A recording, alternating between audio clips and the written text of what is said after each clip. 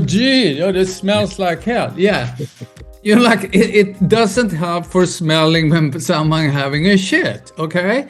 Yeah. It's only, the water is there for fumes from the sewage system not coming up to the bathroom. Because it smells shit. Yeah. And when we install this toilet they do luxury tents for like glamping or like game reserves and like that. Yeah. Really, really nice one. And they needed a proper loo. And they couldn't put in like pipes and that kind of stuff. So they bought one, and the CEO of the company installed it in his own luxury tent. And he sent me WhatsApp, and on the WhatsApp was like, Birger, I can't even smell my own shit.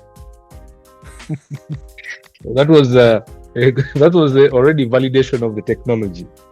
Well, that's the user experience, and I'm joking with people, like the only thing we can't provide is the backsplash. Small spaces, big impact.